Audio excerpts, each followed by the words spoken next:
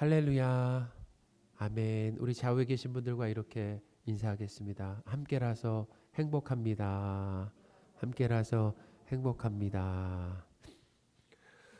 로마서는 크게 두 부분으로 나눠져 있습니다. 1장부터 11장까지 우리가 지난주까지 했는데 11장까지는 하나님이 은혜로 주시는 이 구원이란 무엇인가 라는 내용이 중심 주제입니다. 그리고 오늘부터 살펴볼 이 12장부터 15장까지 이 내용은 구원받은 성도로 어떻게 살아야 하는지를 중점적으로 다루고 있다라는 거예요. 다시 말하면 이 로마서는 구원이란 무엇인가와 구원받은 자로 어떻게 살 것인가라고 하는 것으로 구성되어 있다라는 거예요. 우리는 그동안 이 구원이란 무엇인가라고 하는 내용을 깊이 있게 살펴보았습니다. 오늘부터는 이 구원받은 성도로서 어떻게 살아야 하는지에 대한 이 내용을 이제 공부해 보도록 하겠습니다. 이 12장은 그러므로로 시작합니다. 자, 1절 상반절입니다. 그러므로 형제들아 내가 하나님의 모든 자비하심으로 너희를 권하노니. 아멘.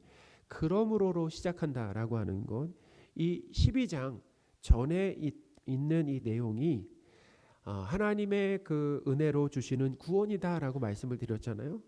그러니까 값없이 하나님의 은혜로 구원을 받았으니 그러므로입니다. 자, 자격 없는 죄인이 아무런 노력과 공로 없이 하나님의 의를 선물로 받아 하나님의 자녀가 되었으니 그러므로입니다. 사도 바울이 구원받은 자의 삶으로 첫 번째로 제시한 것은 무엇입니까? 어떻게 살아야 된다고 했어요? 예배다라는 예배라고 했습니다. 예배. 자, 1절 다시 한번 1절을 읽어드리겠습니다. 그러므로 형제들아 내가 하나님의 모든 자비하심으로 너희를 권하노니 너희 몸을 하나님이 기뻐하시는 거룩한 산 제물로 드리라. 이는 너희가 드릴 영적 예배니라. 아멘. 바울은 성도인 우리가 하나님께 드려야 하는 이 영적 예배에 대해서 말했습니다. 자, 우선 예배가 무엇인지 우리가 잠깐 생각해 보겠습니다. 예배는 무엇에 가치를 두느냐입니다. 그러니까 예배라고 하는 것은 사실은 교회 다니는 사람이나 교회 밖에 있는 사람이나 누구나 다 예배 대상이 있다라는 거예요. 그러니까 어디에 가치를 두느냐라는 거죠. 자, 보통 세상은 어디에 큰 가치를 둡니까? 세상이 교회 밖에 하나님을 떠나 있는 사람들이 무엇에 큰 가치를 두고 삽니까? 뭐니 해도 뭐예요? 돈에 최고의 가치를 둔다라는 거예요.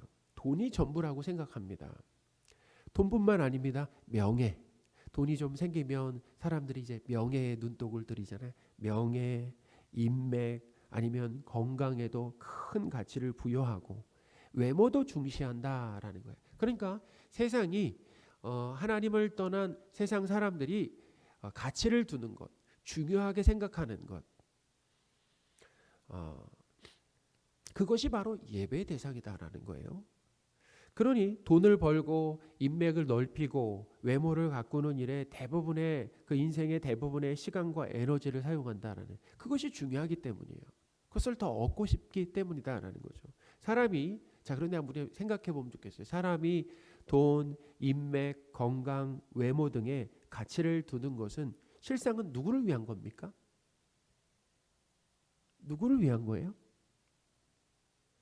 자기 자신을 위한 것이다 라는 거죠. 자신의 행복, 그리고 자신의 안정, 자신의 인기, 자신의 존재감을 높이기 위한 것이다 라는 거예요. 자, 그러니 결론적으로 사람은 나 자신에게 최고의 가치를 두고 사는 것입니다. 내가 최고다. 나 자신에게 최고의 가치를 두고 사는 것이다. 다르게 말하면 자기 숭배에 빠져 사는 것이다 라는 것입니다. 자, 누구를 숭배하며 살아간다고요? 자기 자신을 숭배하며 거기에 빠져서 살아간다라는 것입니다. 바울은 이렇게 자기 숭배에서 구원받은, 구원이라고 하는 건 뭐냐면 이 자기 숭배에서 구원받는 거예요. 거기서 건진받는 것입니다. 바울은 자기 숭배에서 구원받은 로마 교회 성도들에게 이제는 하나님께 최고의 가치를 두고 예배하라라고 했습니다. 하나님을 예배한다라고 하는 것은 어떤 의미가 있습니까? 하나님께 최고의 가치를 두는 거예요. 하나님이 전부입니다. 하나님이 최고입니다라고 고백을 하는 거예요. 그러니까 예배는 뭐냐면 어디에 가치를 두느냐는 거잖아요. 우리의 대상은 하나님이시잖아요. 그러니까 그 하나님께 예배한다라는 것은 내 삶에 돈보다도 건강보다도 나 자신보다도 하나님이 최고입니다. 하나님이 전부입니다라고 하는 것이 바로 뭐냐면 예배다라는 것입니다. 하나님께서 사랑하시는 성도 여러분, 이 구원은 예배의 대상이 나에게서 하나님께로 바뀌는 아주 기적과 같은 변화다라는 것입니다. 예배 대상이 바뀐다라는 거예요. 자, 누구에게 바뀐다고요? 나에게서 하나님께로 이 구원의 대상이, 그러니까 예배의 대상이 바뀌는 것이 바로 구원이다라는 거예요. 구원받기 전에는 그래서 어떻게 살았습니까? 내 행복과 내 기쁨 그리고 인기를 인생의 목적으로 두었다라고 한다면은 구원받은 이후에는 하나님을 기쁘시게 하는 삶이, 하나님을 기쁘시게 하는 삶으로 바뀌는 것이다라는 거예요. 구원이라고 하는 것은 죄에서 건진받는 거잖아요. 우리가 어디서 구원받았냐? 죄에서 구원받았다라고 하는데 그 죄가 무엇입니까? 죄의 본질이라고 하는 것은 자기 자신에 대한 지나친 믿음이에요. 하나님을 믿는 것이 아닙니다. 누굴 믿습니까? 나를 믿는 거예요. 그러니까 하나님을 믿으면 하나님의 말씀대로 살아야 됩니다. 근데 그렇게 살지 않아요. 어떻게 살아갑니까? 내 마음대로 살아갑니까? 내 마음대로 살아가는 거예요. 그러니까 하나님을 믿는 것이 아니라 철저하게 나 자신을 믿는 것입니다. 나 자신을 믿으니까 내 마음대로 살아가는 거죠. 그러니까 죄에서, 이 구원이라고 하는 것은 죄에서 건진받는 것인데 자신에 대한 지나친 믿음과 자기 중심성을 가지고 매사에 내 뜻과 욕심을 이루려고 하는 삶에서 구원을 받는 것이다라는 거예요. 할렐루야. 여기서 구원을 받는 것이다라는 거예요. 사랑하는 여러분, 이기심과 내 마음대로 살려는 고집스러운 삶에서 구원해 주신 하나님을 찬양합니다. 하나님을 우리는 찬양해야 돼요. 왜냐하면 우리는 그 감옥에서 스스로 벗어날 수가 없다는 것입니다. 이기심이라고 하는 감옥, 그렇죠? 욕심이라고 하는 이 감옥에서 우리는 스스로 빠져나올 수가 없다라는 거예요. 우리는 틈만 나면은 수시로 이기적이고 자기중심적이며 내 뜻과 욕심을 이루기 위해 혈안이 된 삶을 살아가는 것이 우리의 그 연약함과 추악한 모습이에요. 그것을 돌이킬 수가 없다라는 것입니다. 거기서 벗어날 수가 없어요. 불가능한 일이다라는 거예요. 바울은 로마 교회 구원받은 성도들에게 하나님께 영적 예배를 드리라고 했습니다. 우리 예배에 대해서 알았잖아요. 하나님께, 그러니까 예배라고 하는 것은 무언가에 어딘가에 최고를 갖추는 것, 최고의 가치를 두는 것이 예배라고 말씀드렸잖아요. 구원받은 성도의 예배 대상은 하나님이다라는, 하나님이 최고고 하나님이 전부다라고 하는 것. 근데 그 하나님께 예배를 드리는데 영적 예배를 드리라고 했습니다. 여기서 말하는 영적 예배다라고 하는 것은 우리를 구원하신 하나님께 드려야 할 합당한 예배다라는 거예요. 그 하나님께, 우리를 구원하신 하나님께 성도는 합당한 예배를 드려야 된다라는 거예요. 하나님께 걸맞는 대우를 해드리는 것이다라는 거죠. 바울은 로마 교회 성도들에게 너희 몸을 들여 하나님께서 기뻐하시는 거룩한 산제물로 합당한 예배를 드리라고 했습니다. 너희 몸을 드리라고 했어요. 몸을 드려라. 그래서 하나님께서 기뻐하시는 거룩한 산제물로 합당한 예배를 드리라고 했습니다. 여러분 한번 생각해 보세요. 뭘 드리라고요? 하나님께? 몸을 드려라 라고 했습니다. 몸을 드려라. 몸을 드린다라고 하는 것은 하나님께 전부를 드린다라는 의미가 거기 담겨 있습니다. 전부를 드리는 거예요. 하나님께 일부를 드리는 것이 아니라. 그냥 하나님께 내 시간만 드리는 것이 아니라, 내 물질만 드리는 것이 아니라 그냥 하나님께 나 전부를 하나님 앞에 드려라 라는 것입니다. 하나님께서 사실 우리에게 전부를 요구하시는 하나님은 우리에게 전부를 주신 하나님이죠. 우리에게 전부를 요구하시는 하나님은 우리에게 전부를 주신 하나님이시죠. 독생자 예수 그리스도의 생명까지 아끼지 않고 우리에게 주셨잖아요. 우리 대신 십자가에 죽게 하심으로 인하여서 예수 그리스도 덕분에 죄사함을 받고 예수 그리스도의 의를 덧입어 우리가 하나님의 자녀가 되는 놀라운 복을 받게 되었습니다.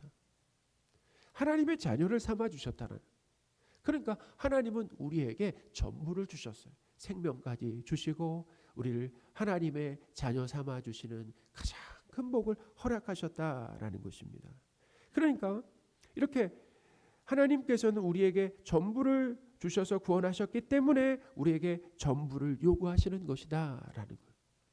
여러분, 하나님의 요구가 과도한 요구입니까? 아니면 합당한 요구입니까? 너무 과도합니까?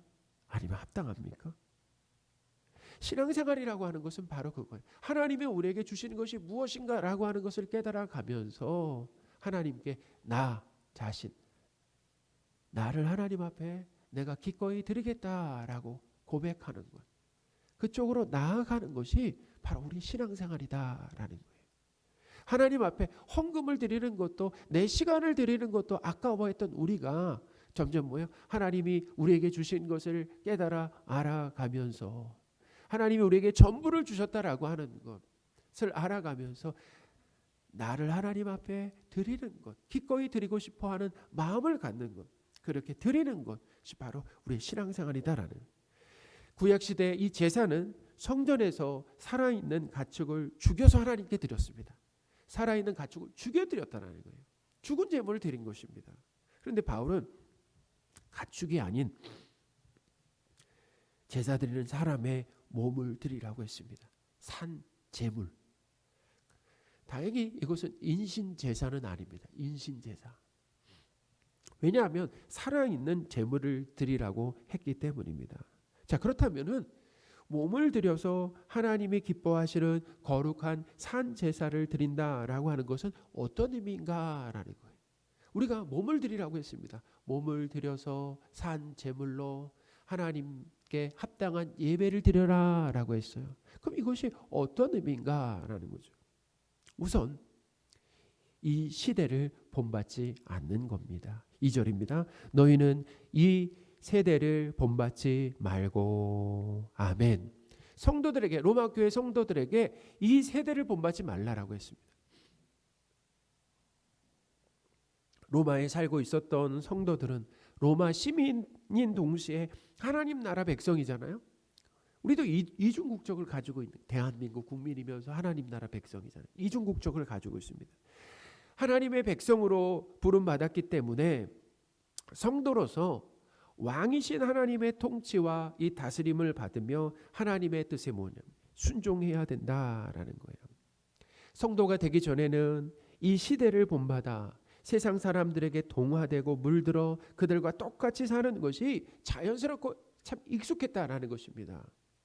이제는 성도로서 그런 익숙하고 자연스러웠던 죄인된 삶을 따르지 말라라는 것입니다. 자, 그렇다면 본받지 말아야 할 이 세대의 모습은 어떤 것입니까? 본받지 말라라고 하는데 본받지 말아야 할 이 세대의 모습, 그것은 바로 내 뜻대로 내 마음대로 사는 삶이다라는 거예요. 2절입니다. 너희는 이 세대를 본받지 말고 오직 마음을 새롭게 함으로 변화를 받아 하나님의 선하시고 기뻐하시고 온전하신 뜻이 무엇인지 분별하도록 하라. 아멘. 바울은 이 세대를 본받지 말라고 하며 마음을 새롭게 함으로 변화를 받아 하나님의 뜻이 무엇인지 분별하라고 했습니다. 분별하라라고 했어요. 구원받기 전에는 그럼 어떻게 산 겁니까? 한번 생각해 보세요. 구원받기 전에는 어떻게 산 거예요? 하나님의 선하시고 기뻐하시는 뜻에는 관심이 없고 거기에는 관심이 없는 거죠. 오로지 내 뜻과 욕심을 이루기 위해서 살았다라는 겁니다. 구원받고 난 후에는 어떻게 해요? 내 뜻을 부인하고 내려놓고 하나님의 뜻을 따라 살아가는 것이 하나님께 드릴 합당한 예배다라는 것입니다. 할렐루야. 하나님께 드려야 할 합당한 예배가 뭐라고요? 내 뜻을 부인하고 내려놓는 것입니다. 그리고 하나님의 뜻을 따라 살아가는, 이것이 하나님께 드려야 하는 합당한 예배다라는 것.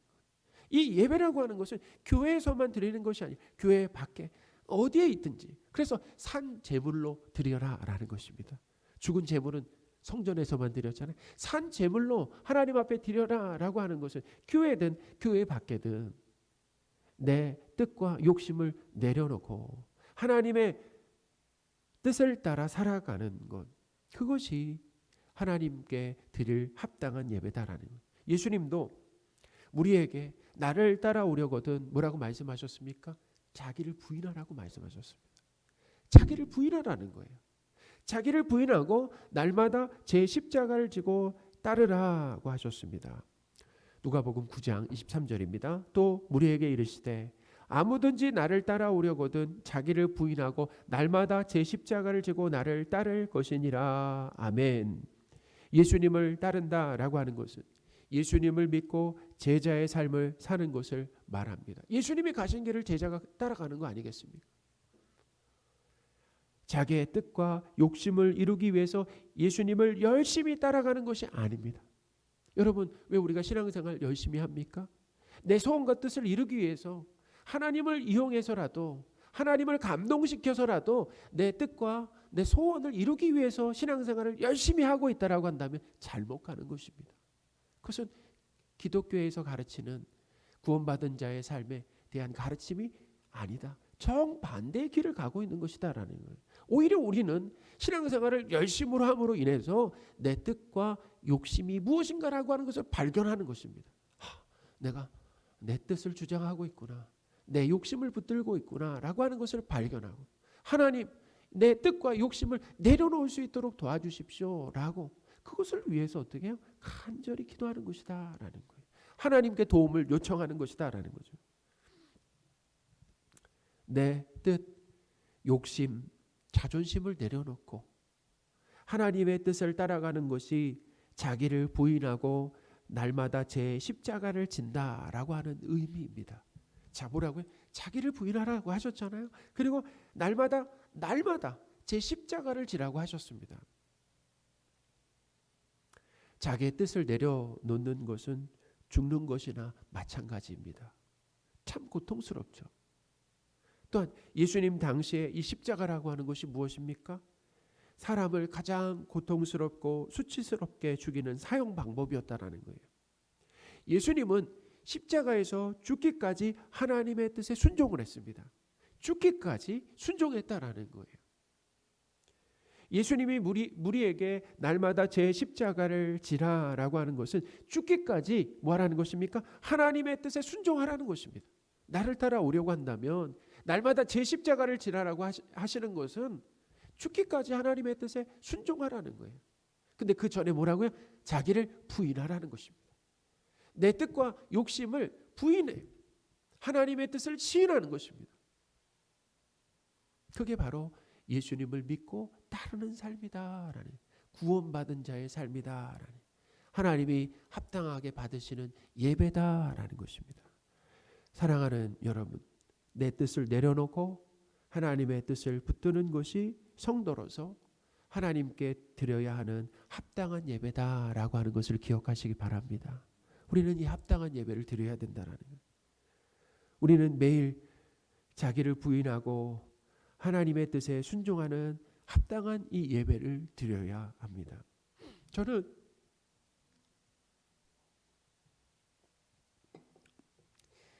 목회를 하면서 그렇게 오래 길게 목회를 하지 않았지만, 목회는 서운함과의 싸움이다라는 생각이 자주 듭니다. 담임 목사인 제가 성도들에게 어떤 권면을 했다라고 한번 생각해 보세요. 예를 든다면 11조 새벽 예배에 나오세요 라고 제가 했는데 반응이 없으면, 반응이 없다라고 하면은 제가 어떤 마음이 들겠습니까? 사정이 있으시겠지라는 마음이 들기보다는 어떤 마음이 드냐면 나를 무시하나? 라는 생각에 자존심이 상한다라는 것입니다. 근데 거기서 멈추면 모르겠는데 자존심이 상하면은 그 다음 단계가 뭐냐? 미워진다라는 거예요. 그 성도들이 미워지는 거예요. 성도들을 이렇게 보고 싶지 않은 겁니다. 이렇게 막. 그리고 어떤 마음을 갖게 되냐? 이제는 기대하지 않게 되는 거예요. 아유, 성도들 내가 무슨 괜히 기대하면 실망밖에 더 하겠어. 그래서 기대하지 않게 되는 이런 일들이 벌어지는 거예요. 그러면서 더 어디로 가겠냐? 아유, 목회를 열심히 하면 뭐래? 변하지 않는데. 그럼 목회를 이렇게 소홀하게 하는 쪽으로 이렇게 가게 되는 거죠. 아주 심각한 거 아니겠습니까? 서운함, 미움, 성도에 대한 기대를 하지 않고 목회를 소홀히 하게 되는 이런 일들이 이렇게 일어나는 거예요. 그래서 저는 이 자존심의 문제를 해결하기 위해서 하나님께 자주 기도합니다. 하나님, 자존심을 내려놓고 목회하게 하여 주십시오. 자존심을 자꾸 세우려고 하지 않게 하여 주시고 자존심을 내려놓게 해주세요. 그리고 왜 자꾸 이렇게 내가 자존심을 세우려고 하는가라고 했더니 그 밑바탕에 뭐가 있냐면 내가 대우받고 싶은 거예요. 사람들에게 대우받고 싶고 인정받고 싶고 존중받고 싶은 생각이 너무 가득한 겁니다. 그러니까 뭐예요? 성도들이 저의 말을 듣지 않는다라고 했을 때 그것이 서운하고 화가 나고 밉고 하는 감정들이 올라오게 된다는 것입니다. 그러니까 뭘 해결해야 되는 것입니까? 인정받고 싶은 생각을 내려놓게 하여 주십시오.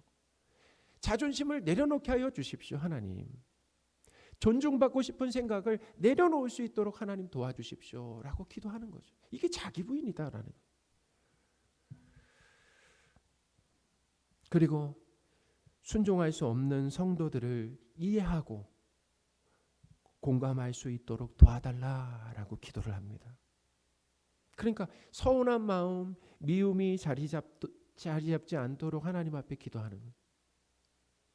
그렇게 되면 어떤 일이 일어나냐면 성도들이 제가 말하는 권면을 잘 듣지 않아도 서운함이 덜 생긴다라는 거예요.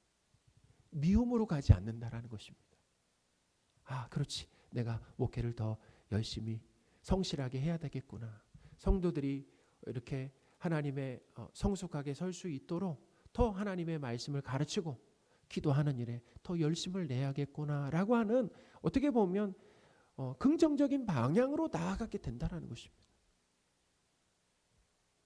그럼에도 불구하고 하나님 참고 오래 기다려주고 꾸준히 말씀으로 양육하는 길을 가게 해달라고 기도하는 것입니다. 이게 바로 뭐냐면 자기 부인이라는 거예요. 그리고 이것이 무엇입니까? 하나님의 뜻이죠. 자기를 부인하면서 하나님께서 맡겨주신 그 성도, 모든 성도가 순종적인 성도를 하나님 맡겨주신 게 아니에요. 저 목회자인 저도 마찬가지예요. 다르지 않습니다. 그런 성도를 하나님의 마음으로 대하는 것, 하나님의 심정으로 대하는 것, 그렇게 목회할 수 있게 해달라고 하나님 앞에 간절히 기도하는 것입니다. 하나님께서 사랑하시는 성도 여러분, 내 뜻, 욕심, 자존심을 어떤 경우에는 서운함을 내려놓고 하나님의 뜻을 따라 순종하는 것이 하나님께 드려야 할 합당한 예배다라고 하는 것을 기억하시기 바랍니다.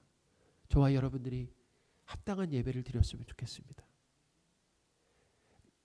내 뜻과 욕심을 발견하는 것이 정말 중요합니다. 하나님, 오늘 예배드림으로 인해서 내 뜻과 욕심을 발견할 수 있도록 도와주십시오. 알아차리지 못하고 살아갈 수 있습니다. 욕심인데도, 내 뜻인데도, 죄에 물들어 있는 내 뜻인데도 그것을 알아차리지 못할 때가 있다는 것입니다. 그러니까 하나님, 예배드리며 성경 읽으며 내 뜻과 욕심을 발견하게 하여 주십시오. 깨닫게 하여 주십시오라고 기도하는 거예요. 그리고 뭐예요? 하나님의 뜻을 알기 위해서, 하나님의 뜻이 무엇인지 알기 위해서 하나님의 말씀 성경을 읽게 하여 주십시오. 내가 성경을 읽을 때는 성경을 통해 위로받기 위해 성경을 많이 읽었는데, 성경을 통해 위로도 받지만 이제 성경을 읽는 목적이 하나님의 뜻, 하나님이 기뻐하시는 뜻이 무엇인가 라고 하는 것 발견하기 위해서 성경을 읽게 하여 주십시오. 성령 하나님, 성경을 읽을 때 깨닫는 은혜를 허락하여 주십시오. 그러니까 우리가 하나님의 뜻을 분별하기 위해서 필요한 것이 무엇입니까? 성경이죠. 하나님의 말씀인 성경. 그리고 그 성경을 읽을 때 성령 하나님이 도와주셔야 읽을 때 뭐 할 수 있는 것입니까? 깨달을 수가 있다라는 것입니다. 그래야 내 뜻인지 하나님의 뜻인지 분별할 수가 있다라는 거예요.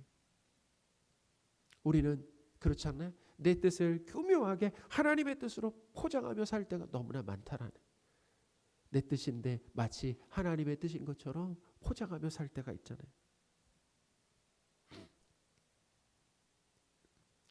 하나님의 뜻을 알고 순종하기 위해서 성경을 읽고 성령 하나님의 도우심을 구하는 저와 여러분들이 되셨으면 좋겠습니다. 그래야 알게 되는 거예요. 내 뜻과 하나님의 뜻을 분별할 수 있게 되는 것입니다. 사랑하는 성도 여러분, 구원받은 이 성도로서 하나님께 합당한 예배를 드리시기 바랍니다. 하나님이 최고라고 고백하시면서 내 뜻과 욕심을 내려놓고 하나님의 뜻에 순종하는 합당한 예배를 하나님께 드리시는 저와 여러분들이 되셨으면 좋겠습니다. 아멘.